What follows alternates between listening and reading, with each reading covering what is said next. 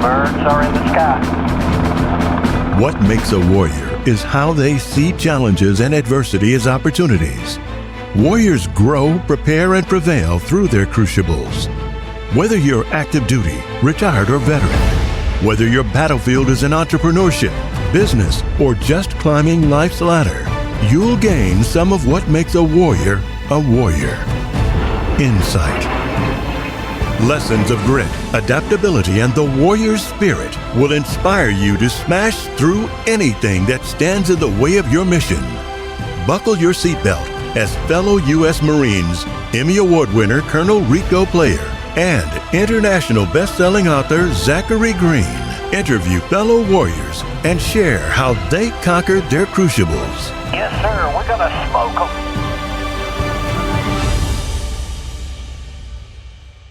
Good to see you as always, and really excited today because we have a megastar has graced us with his presence. I'm Riccoh player, and I'm joined with my partner in crime, Marine veteran, firefighter, and serial entrepreneur, Zach Green. Zach, how are you doing today? I got to tell you, Riccoh, I am more excited right now than I've been in the history of our podcast because I'm getting a chance to talk to one of my childhood heroes, a true legend and someone that I really have admired since a very, very young age. And that's the man and the myth, the legend himself, Mr. Reggie Williams. So Reggie, thanks for joining us today, sir.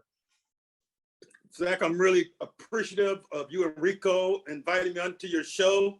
Obviously, this is a great time to be a Cincinnati Bengal fan. Who day. You know, want to wish them the best as they venture out to LA to take on the Rams. To beat the Rams. You know, that's the only reason I'm not going to the game. You know, I went to the Thursday night game in Cincinnati. The team invited the entire 1981 Super Bowl team back. It also coincided with their first inaugural Ring of Honor induction for Kenny Anderson and for Ken Riley, my good friend Ken Riley, may he rest in peace, and for head coach Paul Brown and our lone Hall of Famer Anthony Munoz were all there. But it was at that particular game that I expressed to our season ticket holders that this could be the year. And you just have to believe. And I believed. And so as I came back, I watched every ensuing game from the same place in front of my TV, in the same seat in my couch. I don't yell at the TV. I watch it like this, you know, very pensively. And the only reason I'm gonna let superstition override, you know, the joy of going to the Super Bowl is I remember on the night of Super Bowl 23 when we had just lost in the last moments to the San Francisco 49ers. My older brother, Greg, he came up to me in the post-game dinner and, you know, was crying and sort of said, I shouldn't have come to the game. Every time I come to the game, you guys lose. And I thought about that. I said, man, you shouldn't have come to the game. You know? And, you know, if I'd known that, you know, as much as I love you, you would have stayed at home. So in this case, I'm doing what I would expect a player to say to me. Man, you watched all our games, you know, and every game, the last three at least, went down to the very last play. And you're going to, you know, not, you know, do your job in terms of, you know, being an old school Bengal guy and just, you know, watch the game from where we've been winning. So anyway, that's my logic and I'm sticking with it. Reggie, do not get up from that seat when the game starts, whatever you do. There you go. A fellow fan understands. That's right. I remember back when you were playing, you gave an interview to Channel 5. That was one of the things you were talking about is everybody in the locker room has a different superstition and, you know, you get dressed a certain way, you tie your laces a certain way, and you don't mess with that stuff. So glad to hear that through. You know, and lessons of resiliency. You know, that's the one aspect about, you know, superstition and resiliency is it can give you peace of mind. Okay. You've done all that you can do as a fan. as an observer. Now, when I play, there's no way that, I would believe that I'm going to play better if someone in the stands is wearing, a certain something they've worn every single game. But if I play well, I'm giving it all the credit, okay, because of their belief, okay? They're believing in it. And if they're believing it and I'm the beneficiary of it, then I want to encourage it. I hear you. Well, that's fantastic.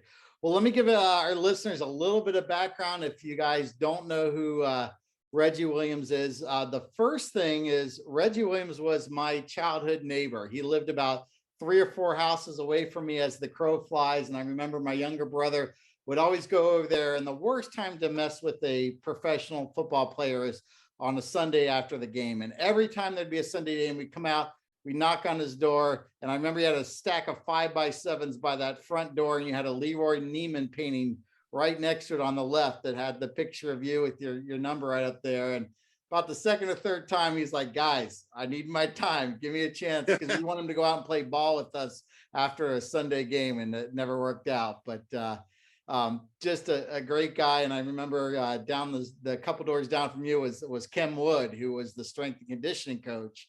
And I remember my bike got messed up and Kem came out and fixed my chain on my bike, and thought that was pretty cool to have a guy like him making sure my bike was working. But well, Kem is a great guy. Crazy guy, but a great guy. Yes. So Reggie, go ahead. As I'm listening to you two old buddies reminisce, I can't help but stop the love fest temporarily and ask, in your playing days, with a warrior mentality, a warrior voice, a warrior mindset, what was your battle rhythm, or what prepared you mentally for a game, especially a big game? No, you want to approach every game the same. All games are big games. Any game you play in, you can get hurt. And so you approach it, mentally the same way. My approach as a professional athlete was greatly influenced by all of the adversity I faced earlier. I mean, I was born in Flint, Michigan. I was born hearing impaired. I used to go to Michigan School for the Deaf because if you don't hear sounds, it's impossible for you to repeat those sounds. So I developed a speech impediment. I did everything my parents asked of me to do to be prepared to go to the University of Michigan. That's where I wanted to go. And I did everything academically in the classrooms. And by the time I was a senior, I had earned a full academic ride to University of Michigan. And Bo Schimbeckler came to my high school and introduced himself to me with my head coach, Dar Christensen, and said, if you decide to come to the University of Michigan, do me a favor, don't come out for my football team. He totally crushed me. And I was only left with, I had only applied to 3 schools. I had applied to University of Michigan, Albion College, which was a Division III school, and Dartmouth College. And Dartmouth College knew about me because they had been recruiting another player who was a senior who decided, his name was Jeff Natchez, and he ended up going into the Detroit Tigers farm system. And so I had to tell my father that my hero, Bo Schimbeckler, just crushed my dream. And my father said, forget about Bo. I'll get an extra job and I will pay whatever it costs extra for you to go to Dartmouth College. And so when I went to Dartmouth College, I went there with a chip on my shoulder, had something to prove. And in those 4 years, I played well enough to become the only African-American All-American in the Ivy League since the Ivy League was formed in 1954. And then when I went to the Hula Bowl, the defensive coordinator for the East team that I was playing for was a guy named George Hill. And he was the defensive coordinator for Ohio State. And he didn't have to tell me that I wasn't good enough because he benched me before I got there. I was the only All-American linebacker, and I'm the one on the bench. He only played me one play in that game and then took me off the field and basically destroyed my confidence. And when I flew home and I had to decide whether I was going to go home to Flint or continue on to New York City, I had a layover in Cleveland. And when I was sitting there in tears because, all my confidence had been shattered, all of a sudden down the airport hallways walks Muhammad Ali, my hero. And I said, wow, I got to go introduce myself to Ali. And so I went over to him, introduced myself to him, told him what my situation is. And he's the one that encouraged me, said, you have to believe in your dreams. You become a hero when you believe in yourself. And that just fortified me. I said, because I had much, much more admiration for Muhammad Ali than I did for Bo Schembechler and George Hill. And so when I went to Cincinnati, I was determined to prove to everybody that I deserved to be there. And in my third game, my rookie year, the player in front of me got injured. And his name was Ron Pritchard. And that gave me a chance to get on the field. And once I got in the field, I started for the next 14 years. And so every game, I never forgot the beginning, the lack of confidence in me, the disrespect shown to me by authoritative figures that I once admired. So you have to really put your faith in your own belief in yourself. And that's what really drove me in every game. In the Super Bowl 23, I really count that as my best game of my career. In large part, not only did I lead the Bengals in tackles, I led all players in tackles. I had a sack on Joe Montana. I had a pressure on Joe Montana. But it created a nightmare situation when our defensive coordinator, Dick LeBeau, decided to change the defense and put in a prevent defense for the last 5 plays. And those 5 plays put me on the sideline. And that was a nightmare to watch Joe Montana just march down our field and stick the ball into Taylor's arms, and we lost the game. So big games and small games, they all hurt the same, because that, it's in the history books. There's nothing you can do to change a single play. You just have to be prepared for, the next opportunity. That's why after Super Bowl 23, I couldn't retire then. That was not the time to give it up, and that's why I played one more year. I was a city councilman when I started in Super Bowl 23. That is something that has never been attempted by any other player in NFL football history and in the history of the Super Bowl. I also, in Super Bowl 2016, another unique situation is that's the only time in the 55 and now 56 games of the Super Bowl that a player played against one of his high school teammates.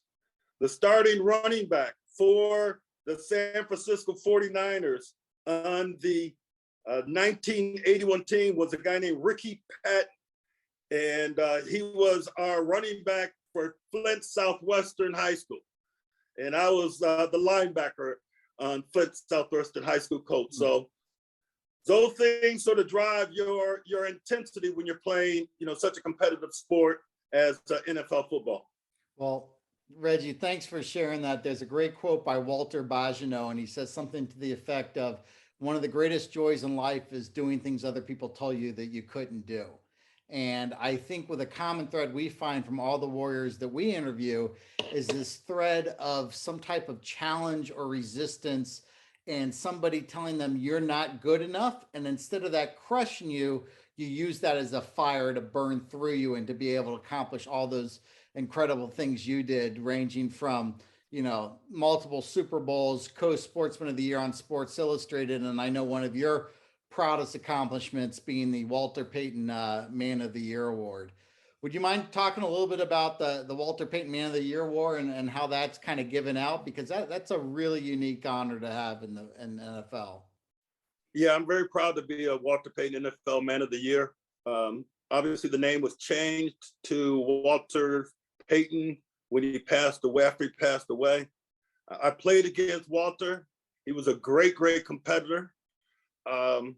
You know, I will say that, you know, as far as what I remember, I've looked at the film, you know, they beat us pretty handedly, the Chicago Bears, in 1986. But we played up there in Chicago once, and I was able to avoid one of his blocks to sack their quarterback. So, you know, he was just a tremendous runner and a great blocker. But the thing that happened was during the 1981 season, I had another breakout season. I was tied for the lead in tackles with Jim LeClaire. I led the team in sacks. I had 11, which was 2 more than Lawrence Taylor, who not only made the NFC Pro Bowl, but was Rookie of the Year. And the first time a linebacker had ever gotten a double digits in sacks. I also had 4 interceptions. I had 4 forced fumbles and 3 recovered fumbles, and didn't make the Pro Bowl. No one in our defense made the Pro Bowl. And I was obviously, in my opinion, snubbed. You know, it's like what Bo Schembechler and George Hill had believed in my capabilities. And so I just redoubled everything that was really important to me. And that was kids in Cincinnati. And so I started really joining almost every single community organization that I enjoy and love, like the Cincinnati Speech and Hearing Center. I supported St. Rita School for the Deaf. I supported the United Way, Big Brothers, Big Sisters, the local police, charities. And over the course of that, I was involved in so many activities that when I was in probably the Reggie Williams Scholarship Fund, which was awarded to students in the public high schools and every single public high school in the city of Cincinnati. And so that's what led to Neil Bortz saying that he would resign from city council so that he could pursue some real estate opportunities in Over the Rhine. And obviously Over Rhine is wonderfully rebuilt these days, but that's when he appointed me to be on the Cincinnati City Council. All of that were encountered in the ideas of what the NFL Man of the Year trophy is supposed to be: your contributions to your community, your desire to leave the city that you played for a better place because you did go there and play. The Reggie Williams Award at Dartmouth College, that's exactly what it's awarded for. You know, it's awarded to the player and the team that through their words and deeds have made Dartmouth College a better place. And so in that respect, I would like to believe that, you know, the current 3 Walter Payton NFL Men of the Year for the Cincinnati Bengals, Kenny Anderson, myself, and Anthony Munoz, all did try to leave Cincinnati as a better place than it was when we arrived.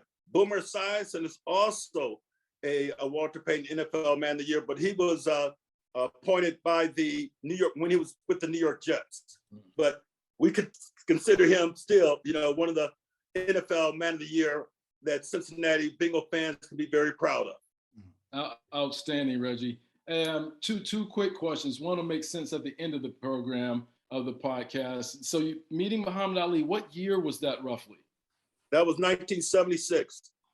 That was the year I was getting drafted. Yep, 1976. He was in Cleveland for a press conference for a fight he would have later that year.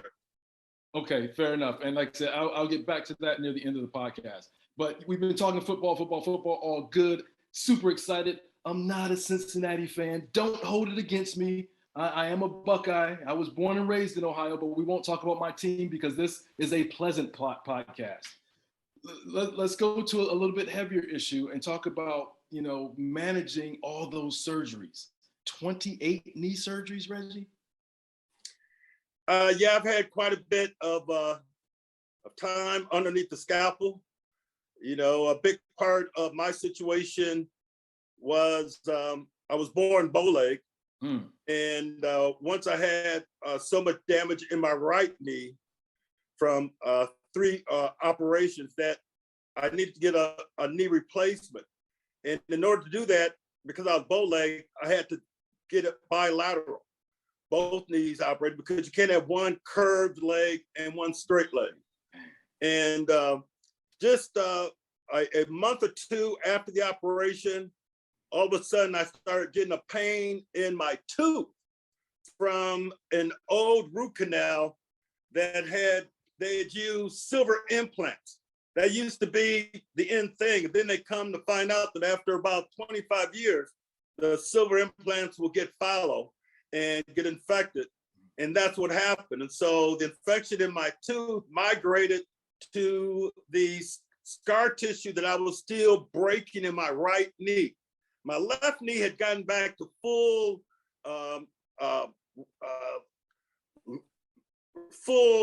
flexibility, but my right knee still needed about 3 or 4 degrees more, and that's why I was still tearing scar tissue, and that's why it got infected. And that I developed osteomyelitis, which is an infection of the bone. And during the course of them curing the osteomyelitis, it had successfully eaten away 3 inches of my femur. And so I have, my right leg is 3 inches shorter than my left leg. I'm 6'1" on my left leg and 5'9.5" on my right leg. Wow. And in order to close the wound, they had to do a double gastroc flap. Your gastrocs are your calf muscles. And you can imagine an infection that eats away 3 inches of bone. It's going to eat away a lot of your flesh as well. And so that's why they had to do the double gastroc flap to close the hole so that I could rehab and learn to walk. And the osteomyelitis came back after about 10 years. And that resulted in my last knee replacement. In the last knee replacement, they opted not to even put any more titanium into the knee. They just left in the concrete. Well, basically, with the recognition that, titanium will conduct the cells that cause osteomyelitis, whereas concrete will not. But basically, my right leg doesn't move. And so, that's another reason, that if I'm gonna watch the game, I want to do it comfortably. The one thing that would really be concerning is sitting in the stadium and having people step over my leg if I can get my leg in the seat. But I've learned to live with it. I've learned to find the good in it. And what little good there is in it, I mean, it is a topic of conversation with kids. Kids are always fascinated when they see something they haven't seen before, and no one has seen anything that looks like my knee. Okay. So Reggie, let's unpack that a little bit here, because we were so affected by your book, Resilience. That's such a big part in my book, Warrior Entrepreneur. It's part of Colonel Player's book on Off the Record is Resilience. And the warrior attitude is, if something bad happens to we're going to make you stronger. Develop that rhino skin. Iron sharpens iron, where the non-warrior is going to use that as a way to feel sorry for themselves. Can you share with us how this horrible situation has made you a better man, a better person, and better to accomplish your life goals that you have? Well, I'll give you another story relative that will, I think, tell the story, and it will also give you, insight in terms of what do you believe? When do you find out that what you believe when you're facing adversity is really going to be beneficial? And so,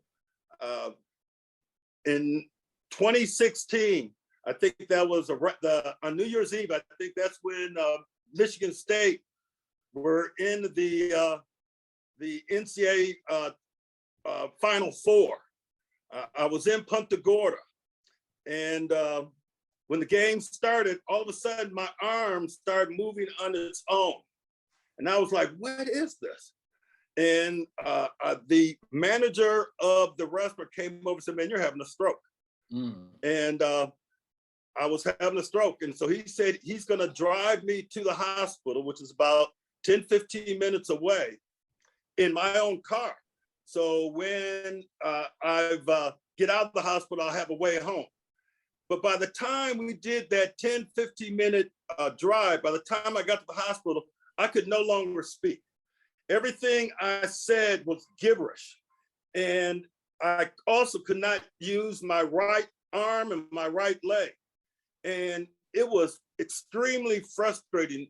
And fortunately, because he had driven me to the hospital, he was able to tell the doctors when the stroke had started, so that it was within the time frame where you can get a clot buster. And so they gave me the clot buster, and now I'm waiting for it to be a miracle cure. And the hospital was so crowded that they didn't even have a room for me. So they had a makeshift bed with curtains around it just outside the emergency room. And when I woke up the next morning, I was able to use my right arm and my right leg, but I still couldn't speak. I couldn't give my son's phone number. I couldn't give my own social security number. And it was so frustrating. It was like being trapped, you know, in someone else's body, and your inability to communicate was so frustrating. And then all of a sudden, what popped into my mind was Invictus by William Ernest Henley. And I just started saying it. And, you know, and I'm gonna recite it for you. You know, here's a moment of adversity. You can't speak, but the one thing that you think of is out of the night that covers me, black as the pit from pole to pole. I thank whatever gods may be for my unconquerable soul. In the fell clutch of circumstance, I have not winced nor cried aloud. Under the bludgeoning of chance, my head is bloody, but unbowed. Beyond this place of wrath and tears looms but the horror of the shade, and yet the menace of the years finds and shall find me unafraid. It matters not how straight the gate, how charged with punishments the scroll. I am the master of my fate. I am the captain of my soul. Outstanding. Well, I don't know how we can top that, Reggie. This has just been absolutely fantastic. I know our listeners are so excited. We hope they have the opportunity. Colonel Player is still active as the commanding officer of the headquarters and support battalion at Parris Island.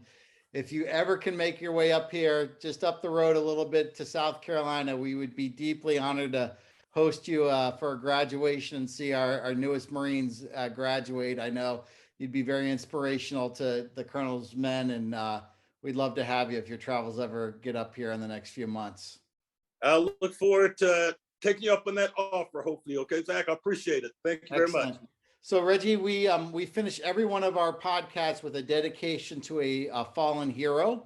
And Colonel Player is going to go ahead and dedicate this show for us as we wrap up here. And so as we wrap up, Reggie, again, thank you so much for joining us today. I asked about Muhammad Ali because as fate would have it, Muhammad Ali ties into my dedication. Not that he was a Marine, but it will make sense here in a moment. You met in around 1976. Yes. 1976. And we stayed friends for the rest of my life. You know, I had a chance to name a street after him when I was the executive at Walt Disney World.